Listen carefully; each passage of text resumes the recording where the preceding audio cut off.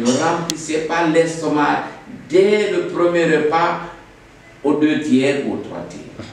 Donc, si vous avez la gastrite, prenez la bouillie de riz local non élevé avec un peu de sucre, un peu de lait non écrémé, surtout le lait demi-écrémé, si je veux dire, et ou si vous n'avez pas, ou bien la bouillie, ou bien le riz, ce que vous appelez généralement fouti ou lafidi, avec, si vous supportez, votre ventre supporte sombara, vous prenez un peu de sombara, un peu d'huile rouge, un peu de, je ne sais pas comment, de légumes blancs. Oui, mais surtout les fruits quand même, c'est vraiment les fruits, c'est très important. Ouais. Donc vous prenez ça, vous coupez, mais le colopathe, celui qui a la gastrite ne doit pas être rassasié.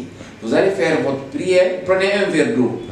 Il ne faut jamais avaler un demi-litre d'eau glacée ou bien des sirops, ce que vous appelez les guignans, ou du jus avec des jus, ou bien XL.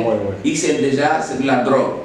Arrêtons ça. Donc, ne prenons pas ça. Gastrite, non gastrite. Ne remplissez pas l'estomac de substances très sucrées. Il faut manger avec modération, comme on dit. Modération. Quand vous prenez, vous remplissez l'estomac dès le départ avec de la bouillie sucrée ou bien ce sirop-là, vous allez bloquer la digestion. La digestion sera très lente.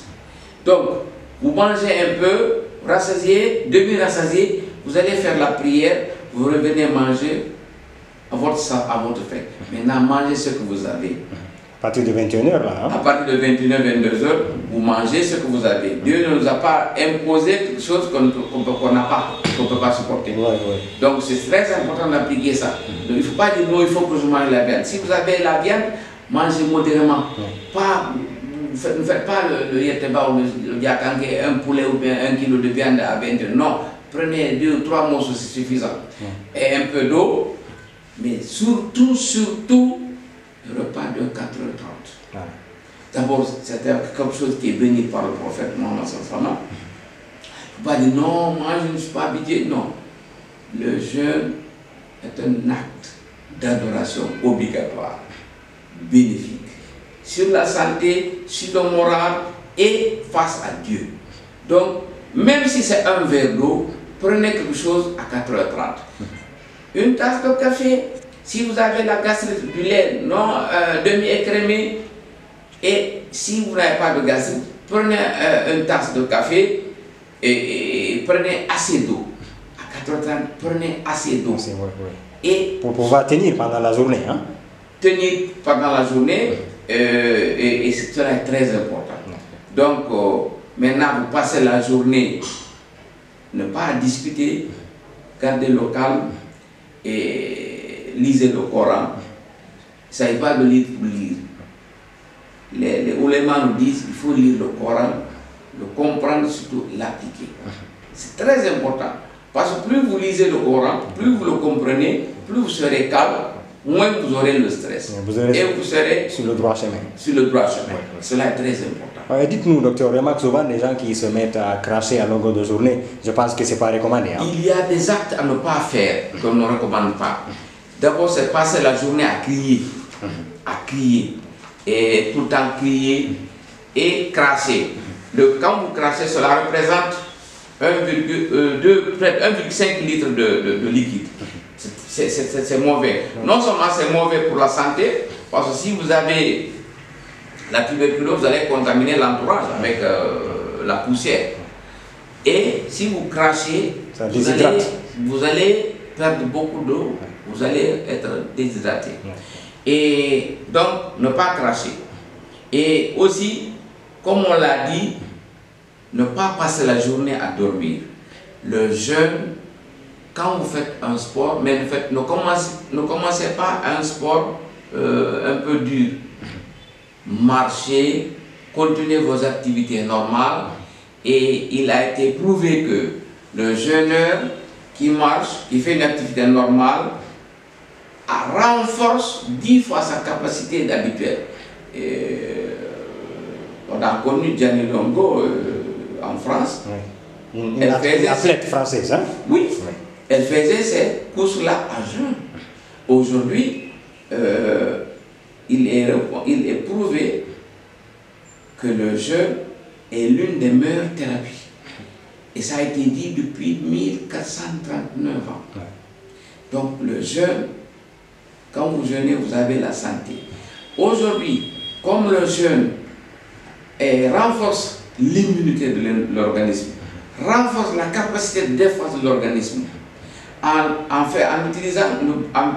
mettant en pratique un bon mécanisme de sécrétion, d'utilisation du sucre, l'élimination du cholestérol, mauvais cholestérol. Ce qui veut dire que quelqu'un qui a l'obésité, quelqu'un qui a une maladie incurable même, en Allemagne et aux États-Unis, les médecins utilisent la diète et le jeûne pour soulager certains malades incurables. Ce qui veut dire que le jeûne, réellement, a une capacité thérapeutique, a une vertu thérapeutique. Et ce n'est pas moi qui le dis, c'est Dieu et c'est le prophète Mohammed qui nous dit jeûnez, vous aurez la santé. Et cela est très important. Donc ne pas se mettre là à dormir, parce que quand vous dormez, vous serez fatigué, vous aurez une fatigue psychique et physique. Donc gardez le calme et ne pas se mettre là à discuter les buts de Barça ou de Real, ou se mettre à regarder des vidéos. Franchement, essayez de lire, même si une page du Coran.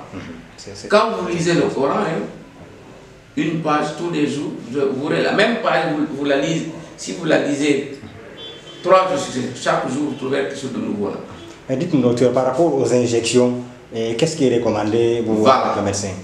D'abord, les injections. Si c'est une injection contre la douleur, vous pouvez la prendre. Mais toute injection renfermant un élément nutritif, une vitamine, toute injection là, ce genre-là est proscrit. Tout ce qui peut passer par la bouche, par exemple, il y a des collyres pour les yeux, et ça passe, ça va dans le ventre. Des médicaments par suppositoire, si c'est pour une douleur, on peut mettre un suppositoire. Mais les médicaments qui apportent du glucose ou une vitamine sont interdits. Tous ces médicaments-là sont proscrits.